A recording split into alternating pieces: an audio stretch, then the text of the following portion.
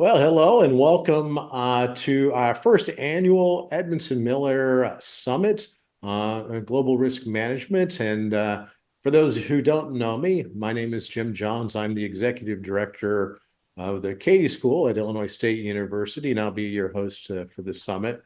Now, this year's topic for the Global Risk Management Summit is on catastrophe resilience and adaptations. And we're going to have a series of three facilitations on various topics within catastrophe resilience.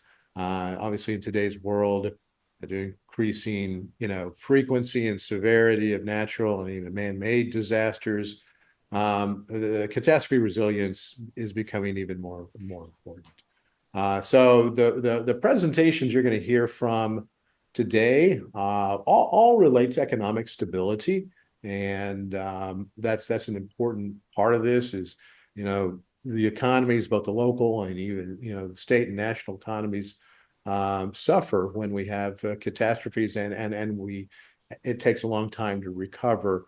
And so all the presentations you're going to be hearing today, all of them will be helping with reducing the need for the recovery efforts, the cost, the time. So we're talking about, we've got a couple of presentations looking at investments into infrastructure, building more resilient infrastructure. And, and resilient, as we heard yesterday, resilient infrastructure helps, the environment. It helps with people who are the most vulnerable people in a population. Helps again for quicker economic recovery. We're going to hear about building codes and how the building codes impact a community's ability to withstand extreme weather events. And then we're going to look at, how do we invest? How does the industry invest? How do the private markets, how do capital markets invest in catastrophe resilience and infrastructure? So we got some great presenters to kind of facilitate through this today. Sandy, I was going to ask you, I think one of the things that we've built into this is time in each session for Q&A. In fact, it's a big part of this, because the overarching purpose of this is to expose a topic and then talk about the research that's needed within the topic, and the data that is available to do the research. And so that has to come from the audience, the people who are interested in it, the people who are the experts, who can say, well, I think these are things that need to be looked into. So Sandy, how are they going to engage with this? What are the different ways Yes, audience can yes. engage with this? With the Zoom client, you should see a chat button at the bottom of your screen to open up the chat area. That's the primary way. But one of the things I wanted to make you aware of is Zoom changed to where they have two tabs at the top. One of them is the meeting where you could see the gallery, and the other is the screen where you could see the slides. So if for some reason you're like, oh, where are the slides? There are no slides for the first presentation today, but I just wanted you to be aware of that, the two tabs at the top. And then you can always change your view in the upper right corner to speaker view only or gallery view, and that's the view tab. And then of course there's the chat button, and the Zoom, of course, always change. They just changed the chat feature. If you do need to private chat Jim or myself or any of the speakers, you're welcome to do that by clicking new chat and then finding their name, the person that you want to chat to. Otherwise, just stay on the everyone chat so that we can all learn from your expertise. And then you're also welcome to use the heart react button to raise your hand during Q&A, and your mics are activated, so you're welcome to unmute yourself and ask your question that way. And of course, we always invite reactions using the different buttons in the react button. So that's all I had, Jim. It's back to you. Yeah, thanks, Andy. And I wanted to add one other thing. The Edmondson Miller Institute for Global Risk Management is providing up to $10,000 in funding for researchers who submit papers for next year's 2026 summits, what we hope will be in person. We haven't picked a location yet. And I'm looking at getting, other organizations to help fund this as well. But we know we do have some funding available for the people who want to move forward and do research on these topics that you're going to hear about today and the ones yesterday as well.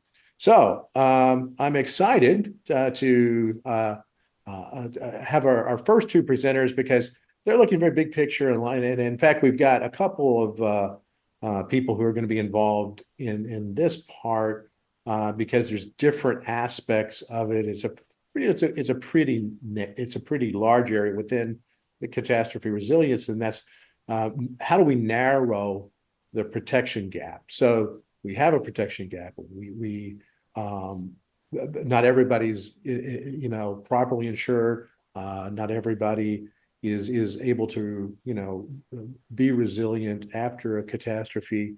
So how do we help improve that? So we get a couple of presenters to kind of facilitate this part of it. First one, David Dodd. David Dodd is the founding CEO of International Sustainability Resilience Center.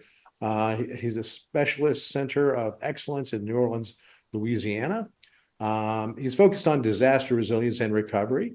He transitioned from leading an international consulting team in economic development for disaster recovery via Hurricane Katrina.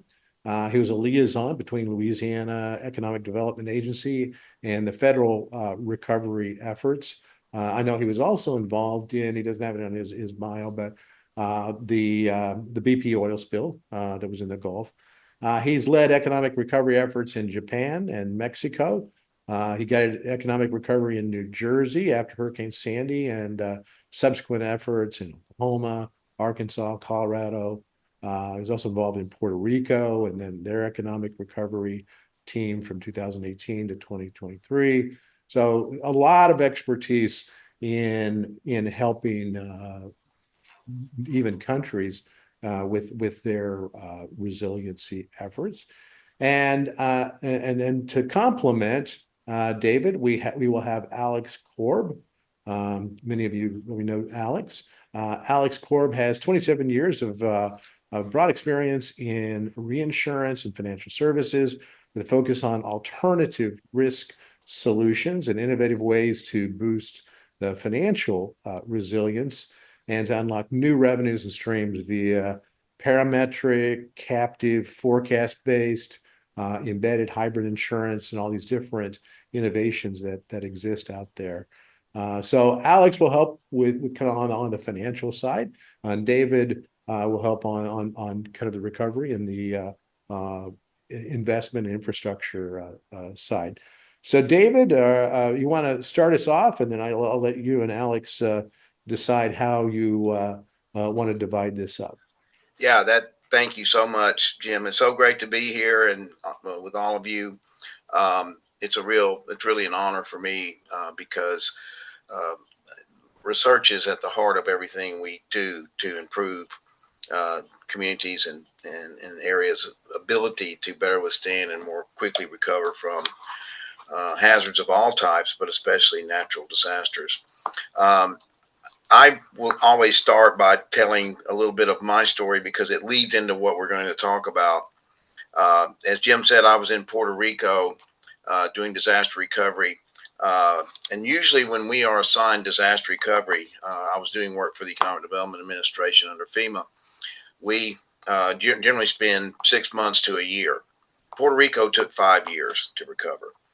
And in the third of those 5 years, I contracted a deadly bacteria and I lost my left leg. So I'm an indirect victim of lack of resilience. And when I was in the hospital, which I was in for 3 months, getting healing and learning how to use a prosthetic, it occurred to me that this was a result of a lack of investment in resilience.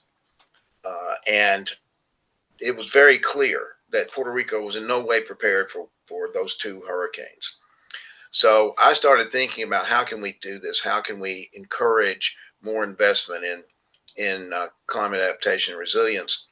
And this is yesterday, believe it or not, yesterday.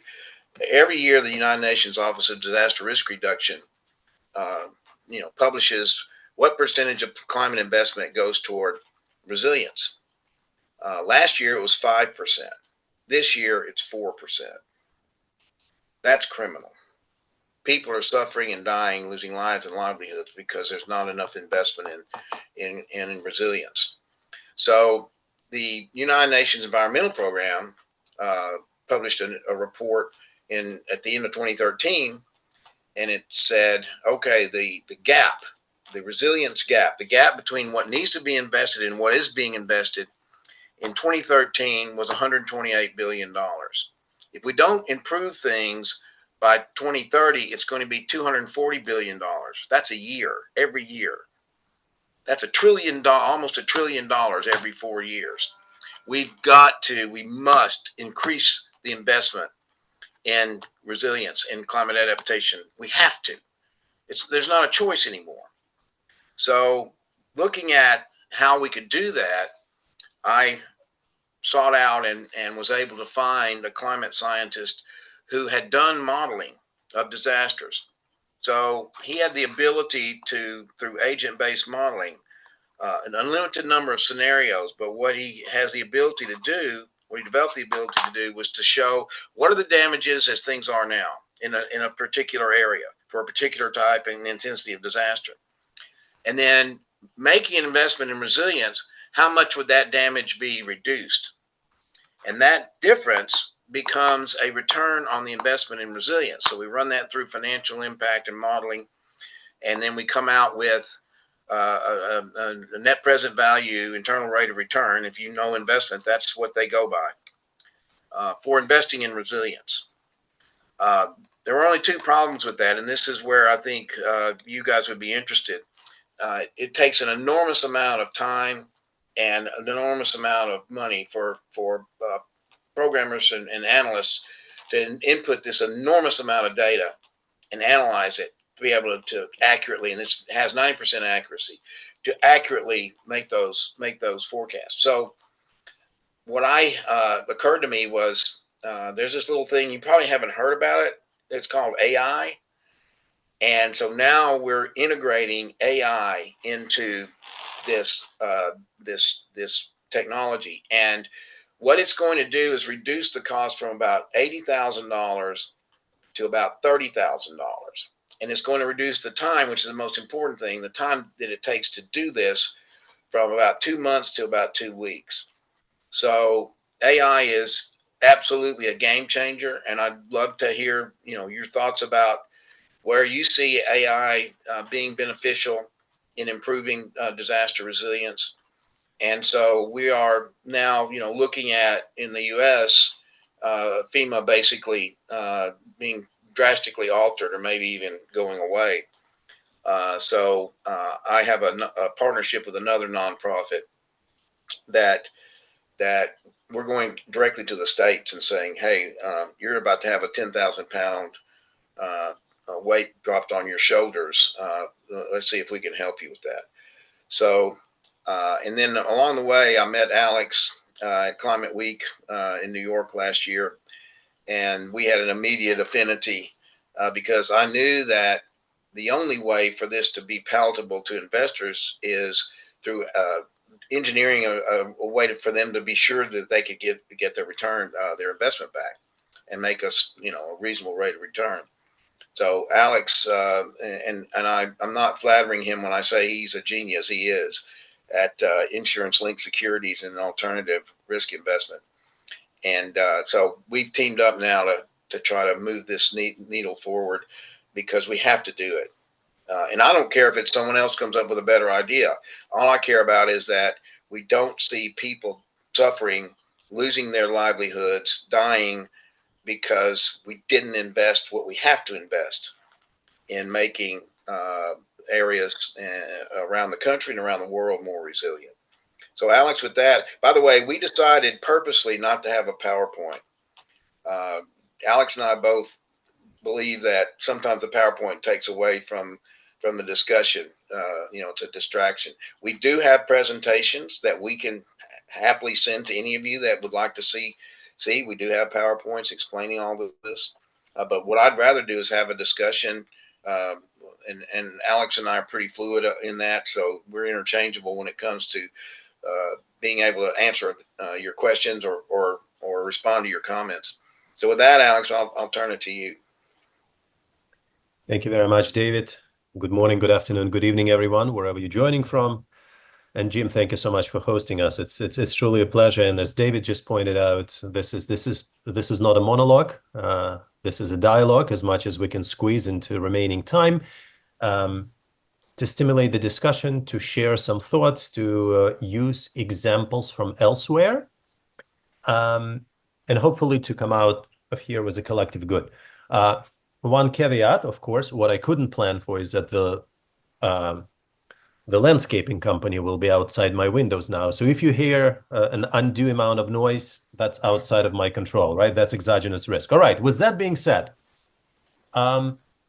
yesterday's session, all 5 hours of it, were actually quite amazing. And I just wanted to connect a few dots leading up to what David just mentioned and what I will pick up. Last presentation yesterday by Mike McCourt, last but not least, you may recall he showed a Venn diagram of 3 overlapping circles, basically talking about what we can do with risk. There are 3 things really we can do with risk, right? Assuming that you cannot really avoid it entirely, which is, unrealistic in most of the situations in our lives. So once you deal with risk, there are 3 things that you can do with it. They're not mutually exclusive. You can try to do all 3. And many companies, in fact, and individuals and societies do all 3. In what proportion, etc., that's another question. But those 3 things, as you recall, Mike, I think you're on, so I'm just really grateful for that visual. You can either reduce or prevent the risk, right? The risk reduction circle. You can retain risk, and then you can transfer risk. And I think it's very important for what about just to connect sort of the arc of thinking here, because we are talking about, at the end of the day, about resiliency. That's the operative word here. In my view, the resilience coin, so to speak, has 2 sides to it: operational resilience and financial resilience. What do I mean by operational resilience? The first presentation yesterday was actually quite telling, because I would suggest that what Babcock Ranch is doing, that's operational resilience by design. They're starting from scratch, and they're doing it, whether there was a special retention walls and ponds, etc. But this is resilience by design. In fact, you may even think of it as a infrastructure investment by design, right? And while they're doing all those things, how do they finance it, right? Remember, financial side of the coin, because you can do a lot of things, but virtually for everything that you do, you need some type of a financial wherewithal, whether that comes from loans, grants, insurance, you name it. But those 2 sides, what you do versus money to do it, they're inextricably linked. And I would say that Babcock Ranch, the very first presentation yesterday, was a wonderful example of resilience by design. And when it comes to financing bit of it, you may recall Tom mentioned that it is financed by, private equity and investors, etc. So that's one way to do it, right? That's not the only way to do it. Now, the subsequent presentation, when Mark Reagan, I know you're on the call as well, Mark touched on several things, but one of them was that second circle in Michael's presentation about risk retention. When we're talking risk retention, basically, in plain speak, you basically finance the risk on your own. And there are many different ways how you can do it. You can, at its simplest, you can just, take it on the chin. And if something happens, you just pay for it then and there from your savings, from your earnings, what have you, right? Or at the other extreme of complexity, if you will, you can have a formalized dedicated insurance company, which is called captive insurance company, which, by the way, there is about 8,000 of them around the world, right? And so Mark touched on that. But ultimately, whether it's self-insurance, whether that's self-insurance via captive insurance or any other things in between, that falls in that second circle on Mike diagrams, the risk retention bit, right? And then comes the risk transfer bit, which, of course, was mentioned by Jerry Skies in his presentation, which was phenomenal. And this is what I certainly would want to double click on today, but also try to connect all of those three things in the context of investing in resilient infrastructure. And by the way,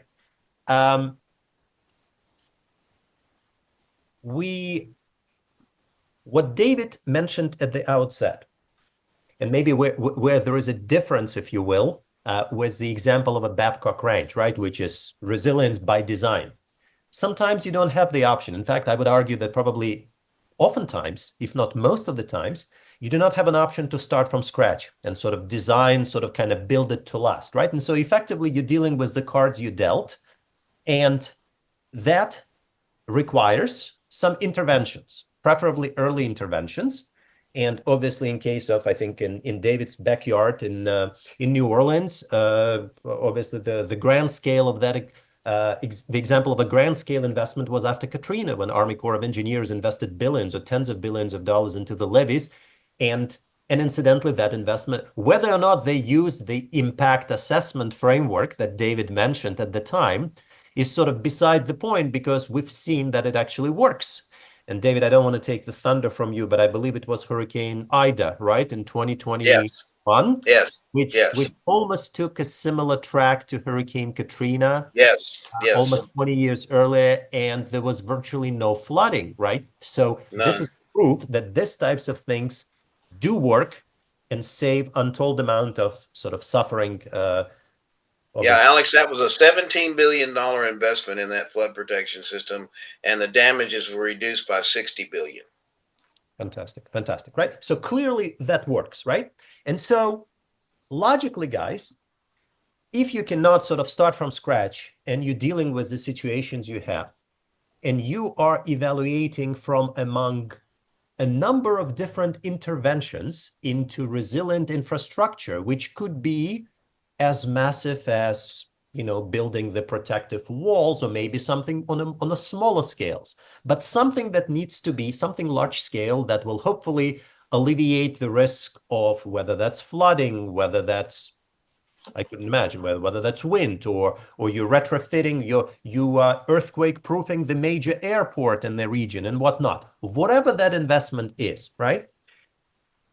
There are multiple options. How are you going to do it, when, where, etc. And what David discussed earlier, effectively the impact assessment framework, that's a first step when you're evaluating from among different intervention options to select the one that gives you the proverbial sort of resilience bang for the buck, right? And gives you the most the optimal one, right? You can almost think of it as, you know, those of you familiar with the sort of traditional financial analysis, when you rank the different investment opportunities in terms of risk and reward, you have what is called efficient frontier, right? Sort of the set of most optimal things, which you then look at through the lens of some other budget constraints and other things. And the goal at the end of it all is to select, let's say, one, or maybe to rank them, the top three opportunities, in this case, investments in infrastructure that give you the biggest sort of resilience bang for the buck, right?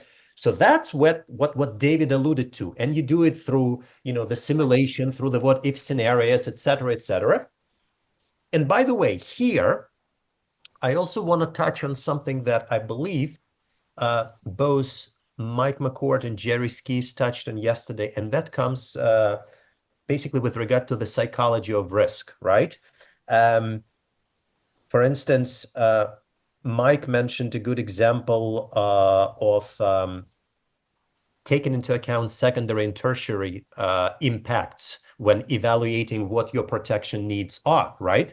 And that's very, very important because the true nature of the risk and exposure is much broader than what meets the eye, right? And I'll just, by way of anecdote, I'll just mention just a quick example to that effect. Is years ago, they were trying to determine how much every inch of snowfall costs New York City. And you would think, right? You know, what's the most immediate expenditure when it snows, right? Well, the most immediate expenditure is salting the roads, sanding, and the cost of the overtime to the sanitation workers, to the snowplows, right? Okay, so that's the first order impact, right? But there were two additional order of impacts. The second order impact from the snowfall came in the spring, when you remember the traffic jams because the roads are being repaired for potholes, right? As a direct consequence of that, right? That's a second layer. But the biggest impact from the snowfall comes much later. And it comes in the form of slip and fall lawsuits against the city on icy sidewalks. So when you take into account all those three layers, secondary and tertiary impacts, you truly get a holistic picture, which is probably an eye-popping too, that every inch of snow in New York costs like $20+ million. And those are old numbers, right? So this type of framework is very important when we evaluate things, because, for instance, even in that example was flooding, and this is actually where I seem to recall, Jim, we had this conversation early on, and I forget where it was, might have been somewhere in Missouri, where, you know, after you build the infrastructure, whether that's a protected levee or whatever that is, it's not just the savings of, you know, houses and buildings, etc., that will not be washed away or flooded in the event of a disaster.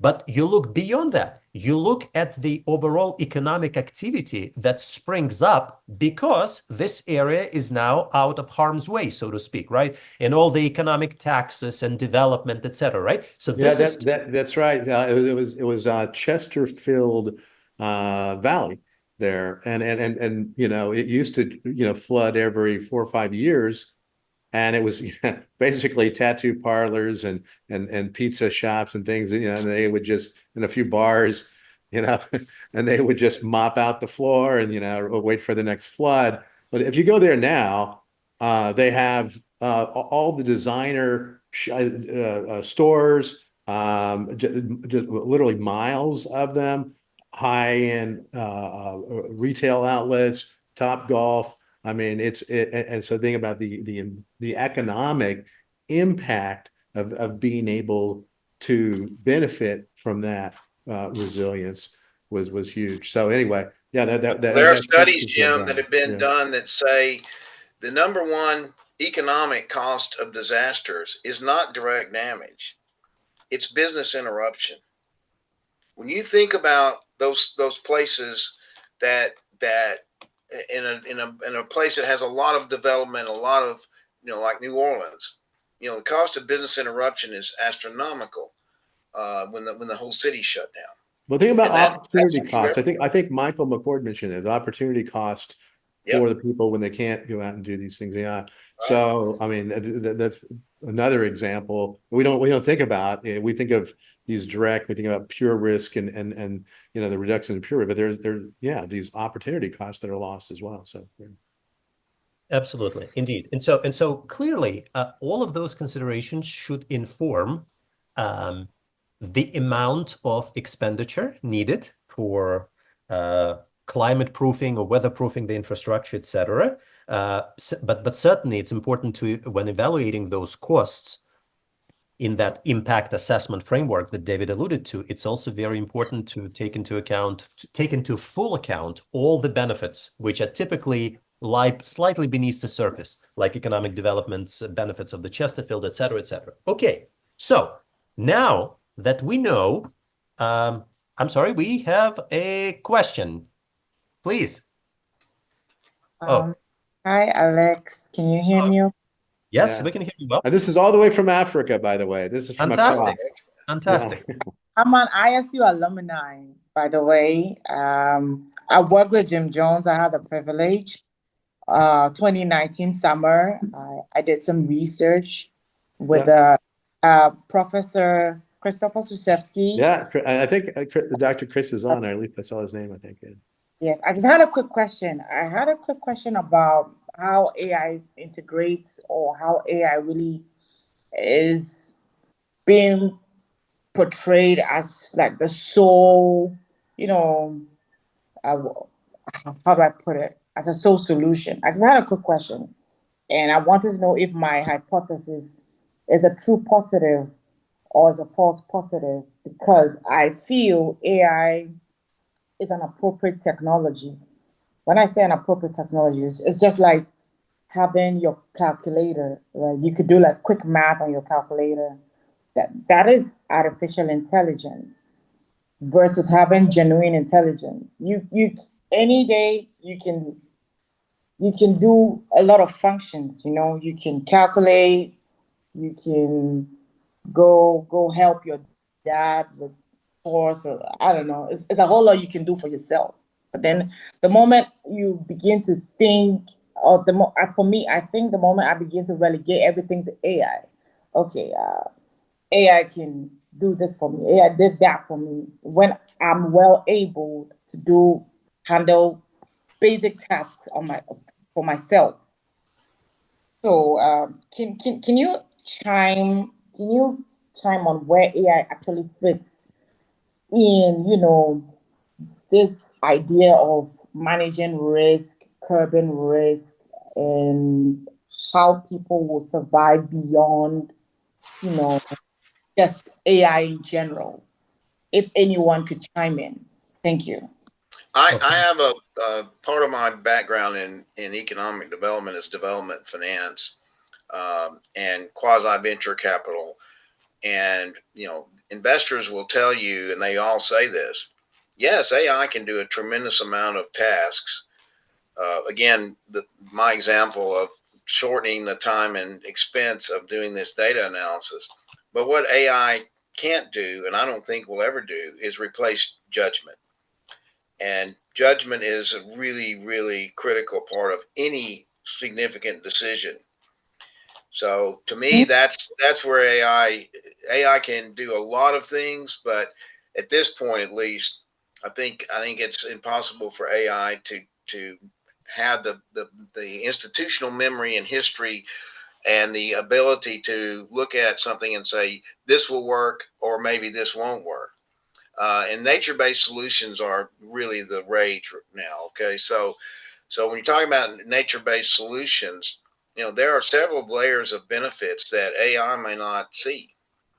So Mm-hmm. that's my 2 cents. Alex, what about you?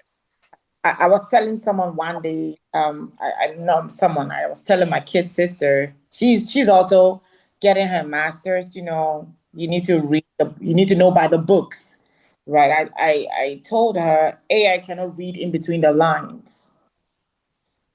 Right, You gotta be able to assimilate data for yourself to be able to right. live in this space or this world. That's a little something I can. Yeah, exactly. My AI provider, Anima Automation, its founder, who's brilliant, will freely tell you that AI cannot do that. It can't read between the lines.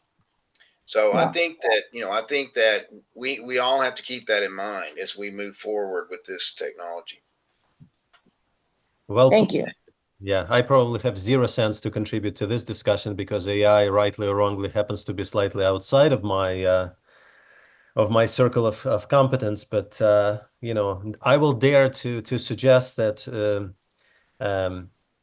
just as some folks who rely on calculator to do 2 + 2 might be unable to do it in their mind, there is a distinct risk, as you mentioned, that if you rely too much on the machines to do thinking for you, you pretty much get, you know, that muscle gets atrophied. Much the same that, you know, we used to all survive quite well and drive around knowing where to turn left and right, and now we're all relying on the Waze of Google Maps. And so, anyways, that's probably a longer discussion for another time. But thank you. But thank you for the question there.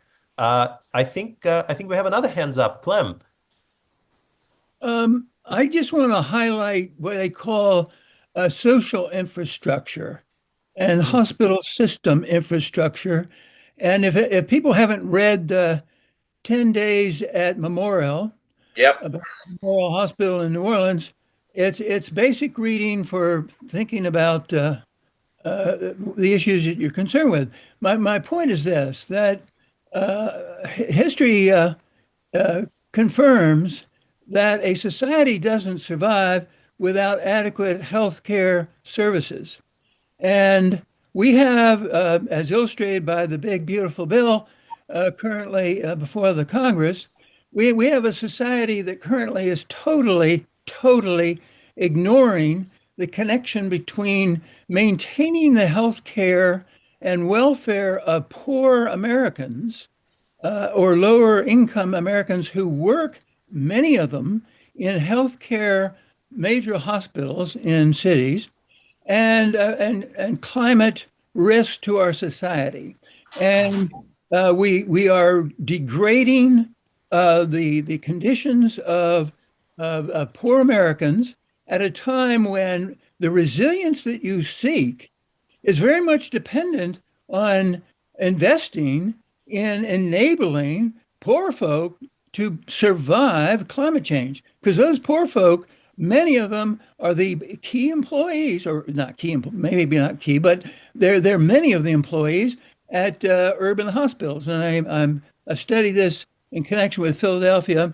And what I know is that the hospital systems, at least in Philadelphia, have invested a lot of money in the resilience, the physical resilience of their newest facilities, but they've done only a marginal commitment under their obligation under the Affordable Care Act and the federal tax code to address and help address enabling poor communities surrounding their hospital facilities to be resilient. So there's a lot of, especially in Atlantic Coast cities, and I'll conclude with this, Atlantic Coast cities have very old housing stock, most of which is occupied by poor people.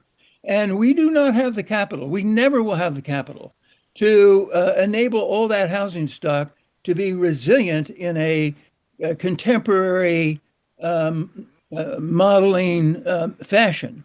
And so you have a huge issue of how you enable poor people who are essential to the delivery of healthcare services, which is essential to the survival of society, to have a social resilience.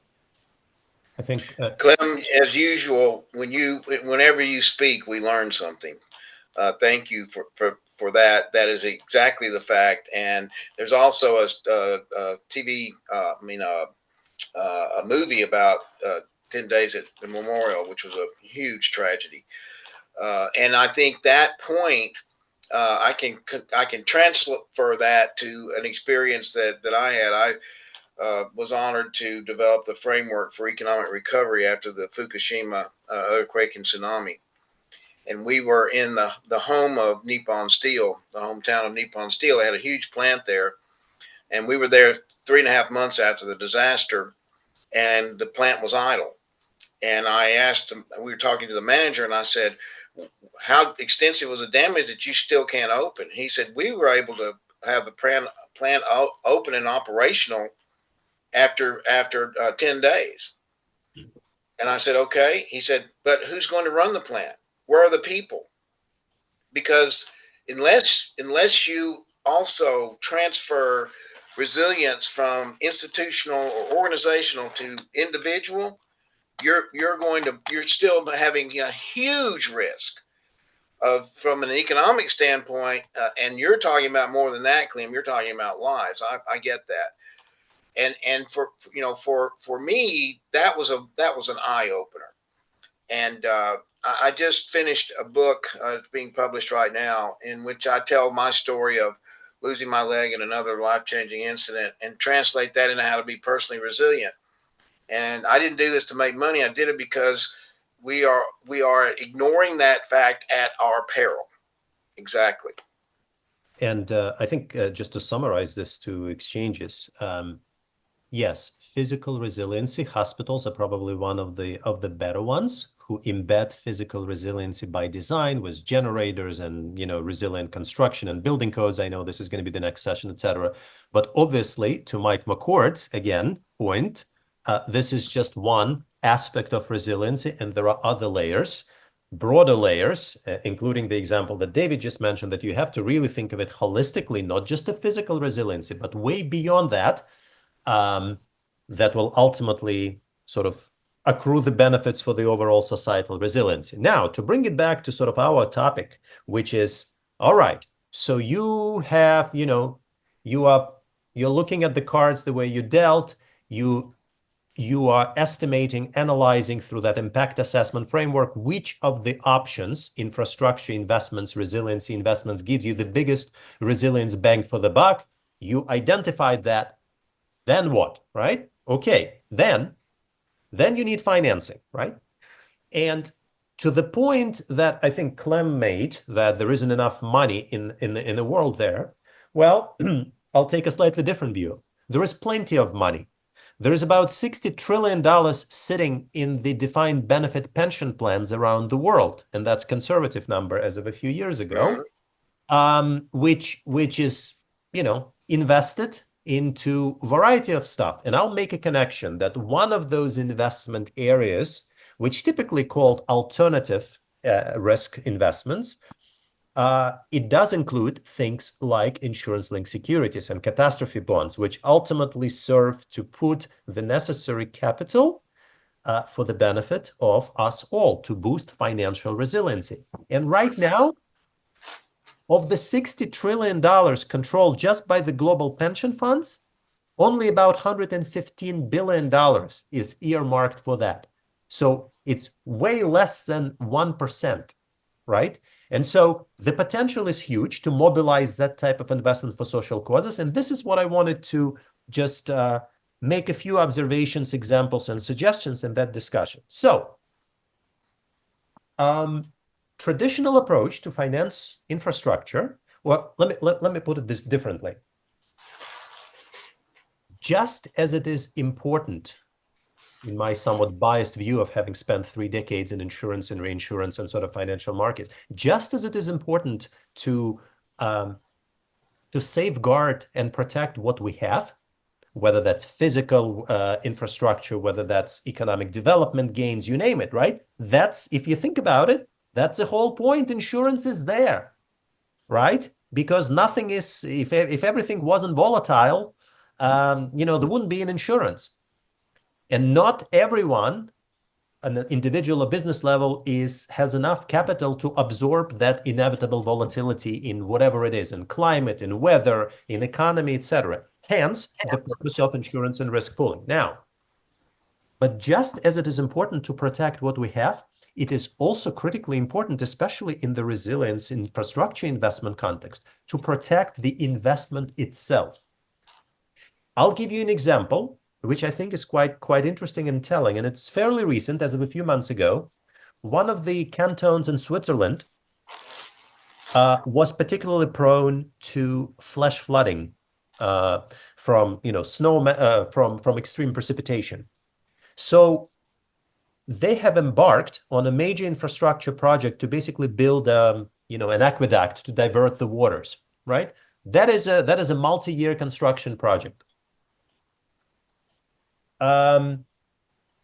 They've recently coupled that project basically with a parametric insurance solution. The fact that it's parametric, I guess, is of secondary importance, but I'll mention it anyways.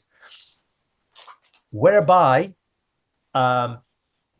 if there is an extreme amount of rainfall, and let's say a particular levee or dike is being overtopped, they can open it on an emergency basis to relieve obviously to relieve the pressure and to prevent the towns from flooded. However, doing so will unleash the waters into the aqueduct, which is still being built, and cause effectively, set it back significantly.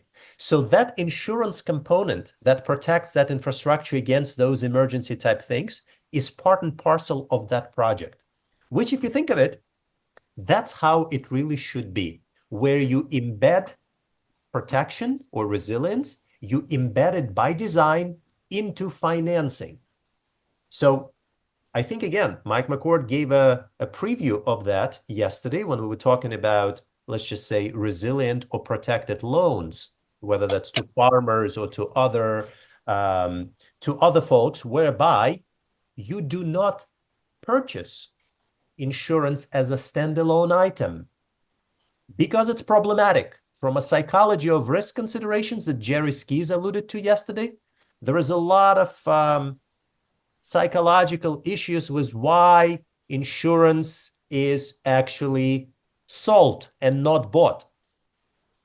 And I know Jerry, I think yesterday mentioned that perhaps he believes that if it's a thoughtful product, then in fact it will be bought rather than thought.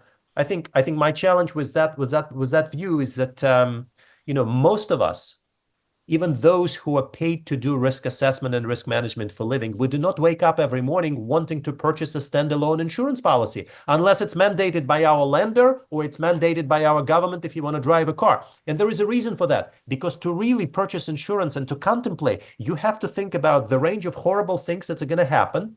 You have to be able to evaluate how likely they are. And then on top of that, you have to evaluate, all right, given how bad it could be and how likely it could be, how well can I sleep at night, right? Is that enough? Do I have enough risk tolerance, right? And most of us, even those of us who are paid to do this for living, we are not wired to contemplate these things, right? Which is why it is not the most obvious purchase that you want to get out of bed wanting to buy, right? Now, there has been proven way, and again, Mike, sorry I'm picking on you today, but it's truly the embedded insurance approach, distribution approach. It's been truly proven to be a life hack, if you will, right? Whether that's with smallholder farmers in Africa, in Asia, all over the place.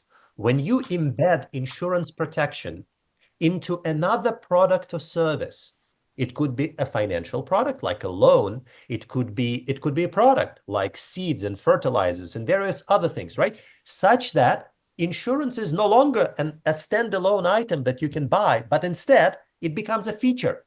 It becomes a feature, just like you walk into the store and they say, hey, if you're not satisfied for any reason, bring it back. We're going to refund you the money.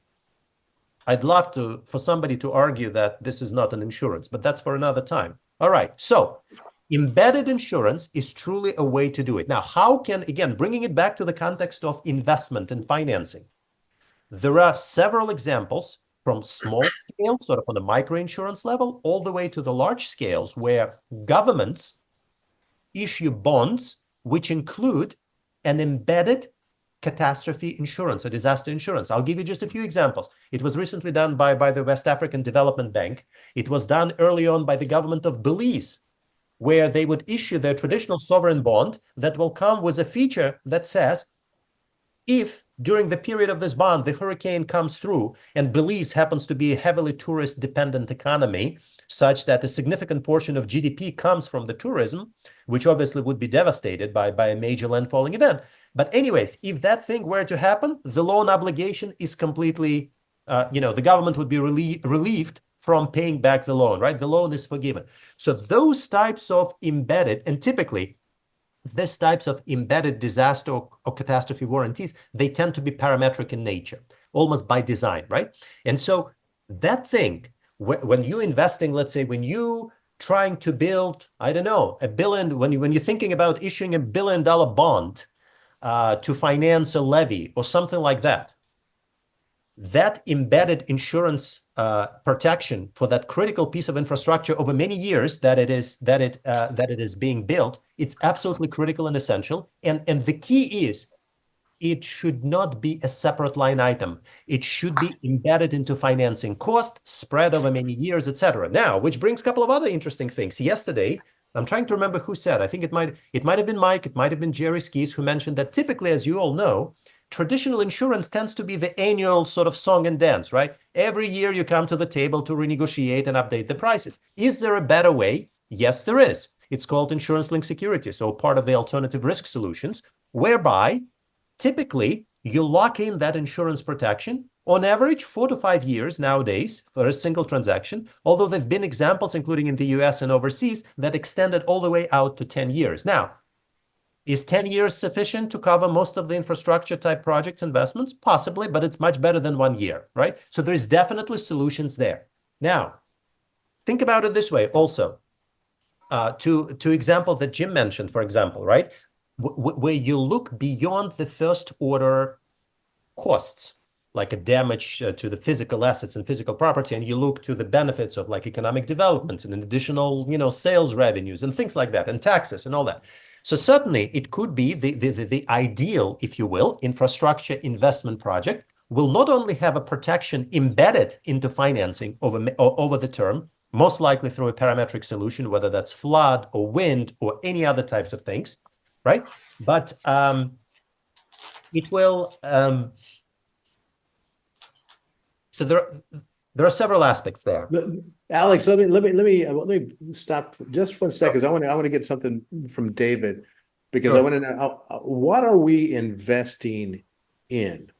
Okay, so and I want to get back to your point on embedding the protection within the finance. I think that's great. But David, you gave the number $17 billion was the investment that New Orleans or Louisiana, that area had, that reduced the flooding that would have normally occurred with, I guess it was Ian, that would have been 60 billion. What Ida, were yeah, it was Ida, yeah. yeah, okay. Yeah. What were they investing in specifically with that 17 billion? So I need to know what those pension funds or what the insurance industry, whatever, what are they going to invest in, and then figure out, okay, how can this financial piece work? Right. Well, a couple of things that came to mind as Alex was talking. The first is that investment was solely made by the federal government. Oh, Now, okay. I am a Specialist Center of Excellence, you said in the introduction. That is through the United Nations Economic Commission for Europe. So I'm a Specialist Center in Public-Private Partnerships for Resilience. So when you look at who makes the investment, and then what is the return if it's and by the way, Alex was right on with the pension funds, but there are also about $22 trillion worldwide in impact investment funds. And those are funds, ESG is now a dirty word, but ESG is a part of that. Some of it's not in the ESG model. But those funds look at not just the economic return, they look at the social and societal benefits. So in our technology, we've embedded social and societal evaluation through a proprietary system that one of my colleagues has developed, so that we can show not only the financial return, but the added return in terms of not tearing the social fabric. Jim, I can tell you that the tearing of the social fabric of New Orleans, 200,000 people being bussed off to other places, neighborhoods being completely abandoned, was as much or more than that $160 billion in financial loss from Katrina. And so that's part of it. And then the other part of it is, I'm honored to lead development of guidelines for embedding resilience into new and existing infrastructure. And this is, in fact, what Alex was talking about. And one thing, and so we're going to publish these guidelines and release them at COP30 in Brazil. And one of the things that we really latched onto was the life cycle. What is the life cycle cost? What are the future costs of not investing in resilience in the beginning of a project? Infrastructure, 20, 30 years. What is going to be the projected damages that could occur to that infrastructure over 20 or 30 years? Believe me, in 99.9% of the cases, it's a heck of a lot more than that investment up front. And that's turning it back to you, Alex. I think that's where we really have a meeting of the minds in this regard. So, Alex, I'm going to turn it back to you. Sure. Yeah, let's get with the few minutes that we have left. We're approaching the top of the hour. Let's answer some questions here. We have a question from David here. And he says, in some of the cases we're discussing, it's taken decades or centuries to concentrate values in particular locations. So that was one of the things that we heard from yesterday, was the exposure. That was, I think, Chuck Nice's presentation. The exposures were actually increasing in risk-prone areas. And so it stands to reason that redistribute this value is going to take time, maybe a lot. How should insurers approach this problem, both from an analytic and a policy perspective? So maybe I'll take it two ways, and in a few minutes that we have left, it's only partly an insurance problem, because obviously companies are there to take on risk for a profit, and there is, as I alluded to earlier, a tremendous capacity in the broader capital markets measured in so just to give you a sense, I think just 2 days ago, one of the largest insurance brokers, Aon, published their annual survey of the amount of capital available in the global reinsurance industry. And it stands, if memory serves, around $720 billion, of which the alternative portion of it, right, which is the one that is provided by the pension funds and investment funds and you name it, is about 115 billion of the $700 billion to support the global, right, risks and events, which is nothing when you think of the $60 trillion plus pot of money that just sits there and beginning to channel into investment. So I guess my point is, part of the ways to address that risk is to obviously have more capital available to insure that risk and to diversify it and spread it globally. But also another part, again, back to Mike McCourt's Venn diagram, right? There is a risk transfer piece, which insurance is basically an integral piece of, but then there is also risk retention bit, because maybe at some point risks are becoming such that it is not cost effective to insure. It is not cost effective to transfer. Therefore, you should self-insure. Like, I always give an example that, if you can purchase insurance tomorrow from spilling ketchup on your t-shirt, you're probably not going to spend, whatever little it costs to purchase that insurance, because if that thing happens, you're just going to cover it yourself. You're just going to pay $10 for dry cleaners and whatnot, right? There are certain types of risks. There is a certain severity of insurance and whatnot where it does not make sense to transfer that risk to somebody else, because what you will pay will be almost, We're talking about catastrophes, though. These are Correct. not risks that we're retaining. No, sure. Well, in a way, you are retaining, right? In a way, catastrophe risk is if you take every policy has its limit. It's not an unlimited ticket, right? You're going to have a limit. You're going to have a deductible, etc. So those risks are retained. And so even if that cost of that risk, for whatever reason, rises significantly because insurance companies think it's very likely to happen, then there are certain things that are going to happen. I think that's it, Al. I think what you're saying is right. It's the pricing of the risk that the industry has to get right, or whether it's the industry or the capital market. Because I agree with you. I think it goes beyond that. And I think you would probably have had this example. If I'm going to build a complex right on the coast, which was not what Babcock Ranch did. They were 20 miles inland. But if you did, and you wanted to purchase a parametric product, say for 12-foot storm surge, then I'm going to need more. I'm going to have to purchase more, because my likelihood of a 12-foot storm surge right on the beach is going to be different than 20 miles inland.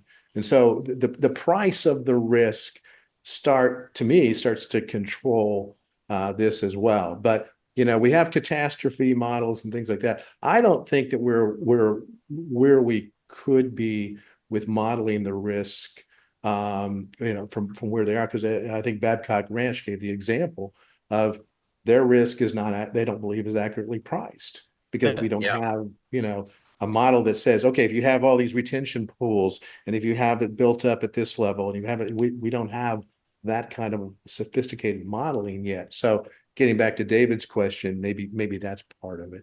Okay, we got disaster is not all carbon. Disaster is not all carbon. We're gonna have to wrap this up. If you have one more thought, David, because I have to start at the top. No, just that point.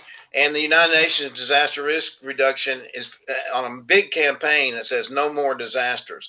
What they mean by that is you can have a tornado in the middle of the desert and no one's going to care.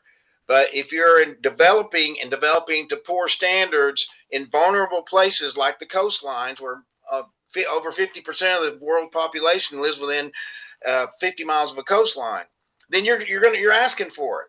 You're asking for it. So what we have to do is a systemic measures that are going to both help make places more resilient. Yeah, that's great. Well, thanks, guys. I really appreciate it. Yeah, that's what it goes back to. Right. Thanks, David. I appreciate it. Thanks you and Alex for really getting us to have a better understanding of how the investment piece in this is important in catastrophe resilience. There's a book out by Daniel Clark of the World Bank. I think he book called Dull, D-U-L-L, Disasters, and it looks at a lot of this as well. So I'd recommend that.